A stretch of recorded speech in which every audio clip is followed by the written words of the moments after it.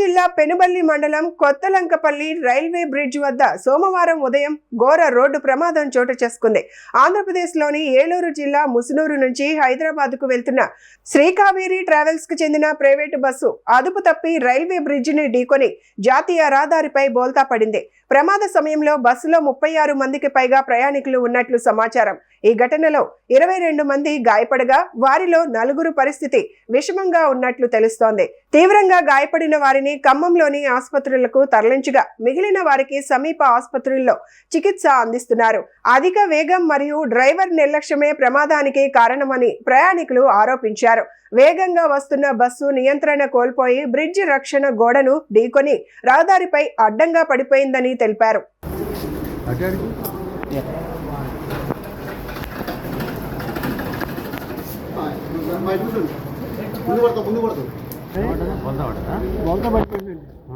Driver ఏమైనా ప్రాబ్లమా?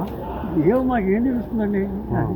దుర్సుగా ఉన్నాడు, ఎక్కినప్పుడు కానీ నుంచి దుర్సుగానే ఉన్నాడు. ఇది నిన్న బుక్ చేసుకున్న టికెట్ అండి. నిన్న క్యాన్సిల్ పెట్టేసాడు బస్సు. 9 దాకా కూర్చొని వెళ్ళిపోయాం ఇంటికి. పూట 7:30 అన్నాడే వచ్చి 8:30కి వచ్చాడు. 7:30 అన్నాడు. ఇక్కడికి వచ్చేవారికి ఇట్లా జరిగింది. ఎన్నింటికి ఎక్కారు మీరు? మేము 8:30కి ఎక్కామండి లింగపాలెంలో. ఆ అమ్మాయి చెట్టపల్లి ఎక్కిందండి. బస్సు బయలుదేరిన కాడే ఎక్కింది మా అమ్మాయి.